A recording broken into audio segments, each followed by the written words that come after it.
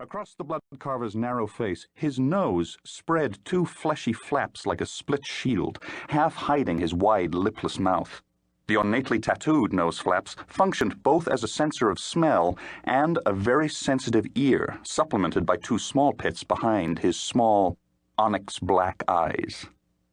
"You will probably die down there." He spoke perfect Basic, as if he had been brought up in the best schools on Coruscant. "Thanks for the support," Anakin said, his face coloring. He hated being ragged, and he especially hated an opponent trying to psych him out. Fear, hatred, anger, the old trio Anakin fought every day of his life, though he revealed his deepest emotions to only one man, Obi-Wan Kenobi, his master in the Jedi Temple. The Bloodcarver stooped slightly on his three-jointed legs. "You smell like a slave," he said softly for Anakin's ears alone. It was all Anakin could do to keep from throwing off his wings and going for the Bloodcarver's long throat. He swallowed his emotions down into a private, cold place and stored them with the other dark things left over from Tatooine. The Bloodcarver was correct, which stiffened Anakin's anger and made it harder to control himself. Both he and his mother, Shmi, had been slaves to the supercilious junk dealer Watto. When the Jedi Master Qui-Gon Jinn had won him from Watto, they had had to leave Shmi behind, something Anakin thought about every day of his life. "You four next," the Tunnel Master hissed. Mace Windu strode down a narrow side hall in the main dormitory of the Jedi Temple, lost in thought, and was nearly bowled over by a trim young Jedi who dashed from a doorway. "Pardon me, Master," Obi-Wan Kenobi apologized, bowing quickly. "Clumsy of me." "In a hurry?" "A great hurry," Obi-Wan said. "The Chosen One is not in his quarters." Mace's tone carried both respect and irony, a combination at which he was particularly adept.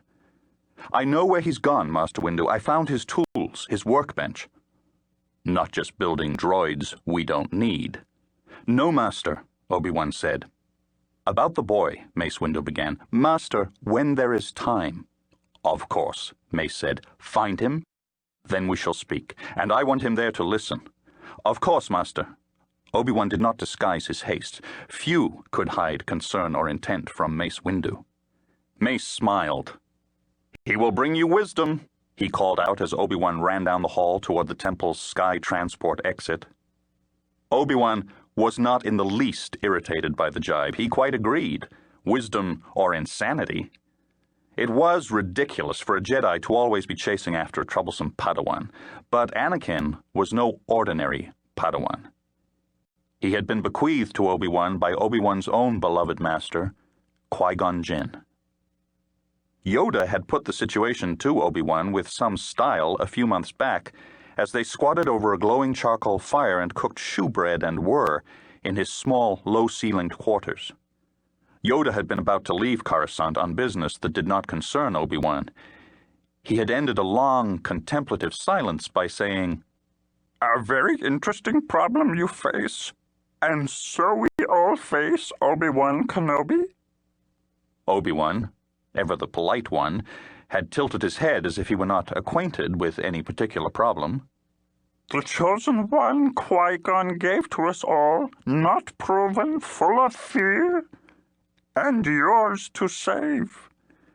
And if you do not save him—" Yoda's words echoed in Obi-Wan's thoughts as he took an express taxi to the outskirts of the Senate District.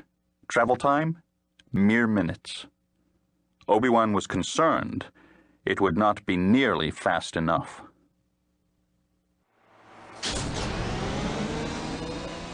The pit spread before Anakin as he stepped out on the apron below the tunnel. The three other contestants jostled for a view. The Bloodcarver was particularly rough with Anakin, who had hoped to save all his energy for the flight. What's eating him? The boy wondered. The pit was 2 kilometers wide and 3 deep from the top of the last accelerator shield to the dark bottom. This old maintenance tunnel overlooked the second accelerator shield. Squinting up, Anakin saw the bottom of the first shield.